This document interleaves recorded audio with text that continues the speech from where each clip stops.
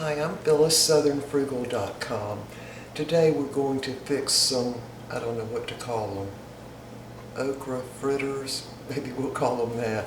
Anyway, what I wanted to do is tell y'all what happened to my teapot.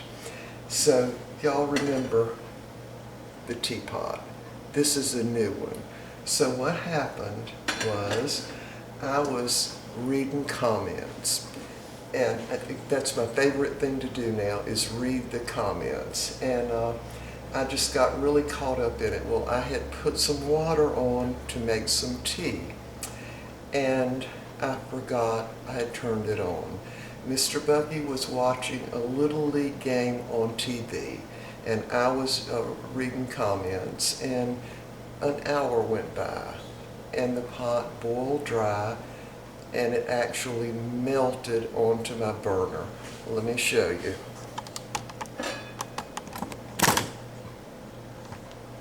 See all that white? That's the porcelain that melted off the other teapot. Well, it really made me so mad that I had done that. I just went straight to Walmart and bought another one because I make tea in this every single day. And I was just determined I wasn't going to do without my teapot. So I went and bought another one. And of course this one I'm going to be a lot more careful with. Now this porcelain that has been cooked on there or melted on there, it still works. The burner still works just fine. It just looks funny. But anyway, I wanted to explain that to y'all because I've been keeping this pot sitting on it simply because I don't like to look at the burner. So I'm probably just going to get a new burner because they just kind of plug in there. But anyway, that's the story of what happened to my teapot. And I was just very, very upset about it because I use it all the time. So anyway, that explains why this looks white.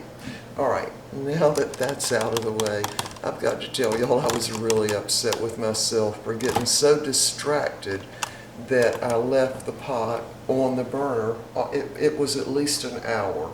And of course that's a real no-no with any kind of pot, much less one that's got the porcelain or baked enamel finish on it. So I messed up. Alright, now that that's out of the way, let's go ahead and we're going to make some okra fritters. This is 2 cups of previously frozen okra. I'm going to show you all this brand. I don't like this brand, but that's all they had, so I had to get it. The Pick Sweet, I think is what it's called. But anyway, 12 ounces of sliced okra, and of course if you get fresh, that would be even better. So I went ahead and thawed this out. Now the way you can thaw it out really quick is to just dump the bag out on a couple of paper towels on your counter and spread it out even. It'll be thawed out in, I don't know, maybe 20 minutes. It's really easy to get it thawed out. So anyway, what we're going to do is put this in the little food processor. And you could, again, if you were using fresh, you'd still need to kind of slice it up. So we're just going to dump that in, 2 cups of it. And to that I'm going to add 1 large egg. Just break it right in there.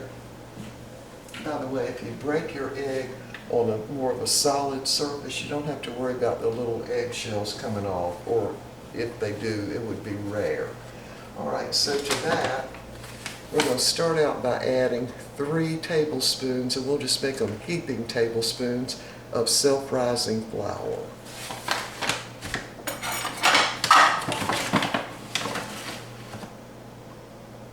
Just let them be heaping tablespoons, kind of like that, a little over the top.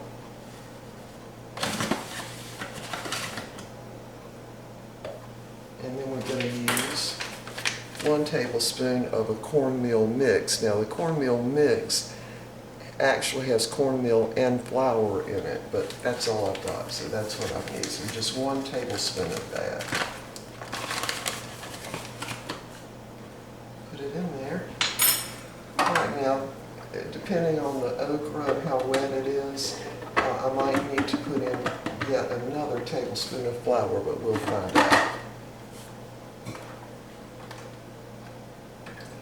So we're just going to grind this up, and we'll cut this off, and we'll be right back, and we'll grind it up.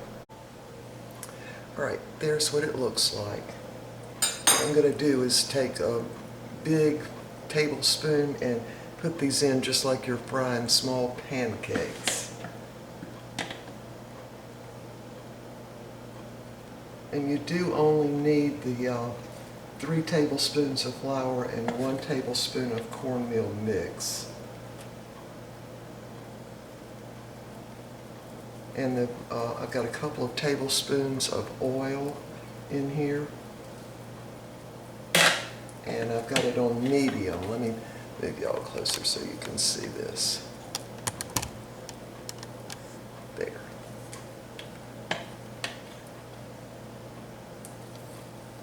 Now, okra is slimy, but once it's cooked, it's not slimy anymore. So this is really going to be our bread for the meal. I'm going to fix some, I've actually got some leftover roast I'm going to use for this.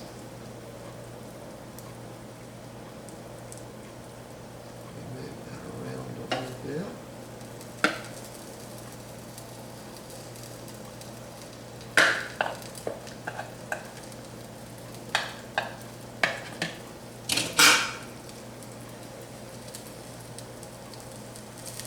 I'm using my cast iron skillet.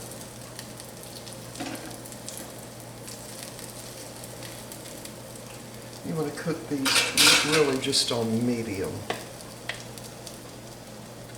Put one right down in the middle.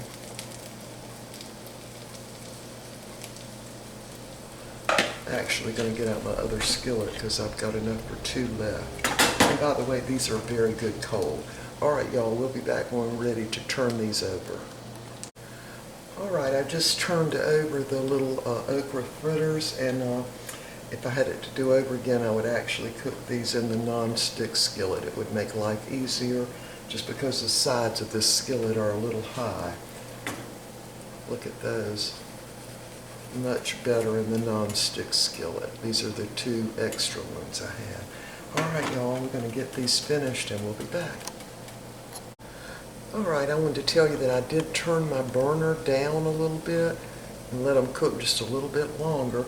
Once they're done, I'm going to just leave them in the skillet, sit it on the back burner, and finish the meal. We'll show you what the meal looks like when we get through. This is some leftover roast from a couple of weeks ago. Also, we had some leftover peas. I'm just going to make a little bit of gravy and use that liquid in there and kind of make it almost like a little stew. And maybe I'll cook some rice or some kind of starch. All right, y'all. When this all gets done, we'll be back. To make the gravy, I have melted 2 tablespoons of butter. Of course, you could use any kind of oil or whatever. And I'm going to put in 2 tablespoons of all-purpose flour. We're just going to let that get a little brown. Then we're going to add water. I need to put a little bit of salt in there. Just let that flour cook just a little bit.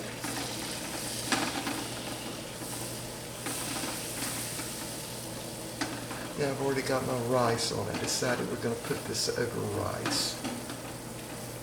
And we'll probably have dessert will be some of that blueberry Jello concoction with the apples in it. And I've still got some of the whipped cream left to go on it. So that's what we'll be having for dessert. Of course, that Jello's got lots of blueberries in it, so that should be healthy. Alright, we're just going to let this get a little brown. If you were making milk gravy, you could add milk instead of water. I'm just going to add water. We're going to let it get good and brown. Turn my burner up just a little bit.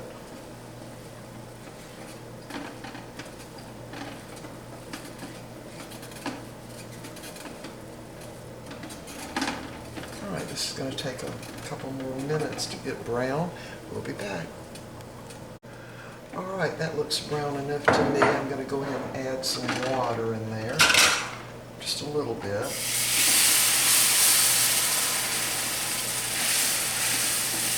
Just maybe half a cup of water. And again, I never worry about lumps in gravy. Just never worry about it. All right, that was probably 3/4 of a cup of water.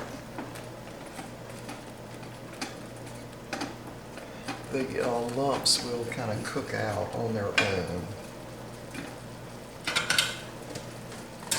Now I'm going to add my leftover peas, and there is some juice in there from the roast, and that was a big chunk of roast. I just took it out and sliced it into smaller slices.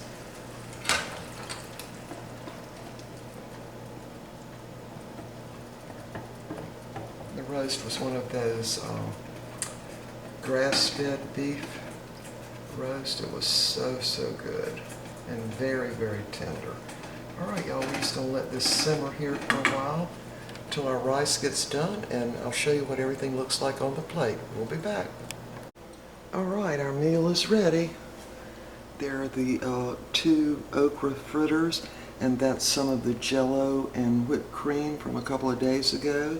And that roast is from about 3 weeks ago. I froze it along with the peas and a little bit of the liquid that was in the roast and made the gravy. There's the other plate. And you may ask yourself, why are you serving dessert on the same plate with the regular meal? Hold on and I'll explain. All right, so the reason I'll go ahead and put the dessert on the plate if there's room is because we eat in front of the TV in the den, watching Gunsmoke this time of the afternoon. And somebody, I think from England, wrote in and said I should do a video on how to set a proper table. Well, I do know how to set a proper table, but I never do that for just me and Mr. Bucky because we want to be comfortable. Why is that? Because I'm almost 73 and he's almost 79, and we think we deserve to eat in front of the TV. We do. All right, y'all, we'll see y'all next time. Bye for now.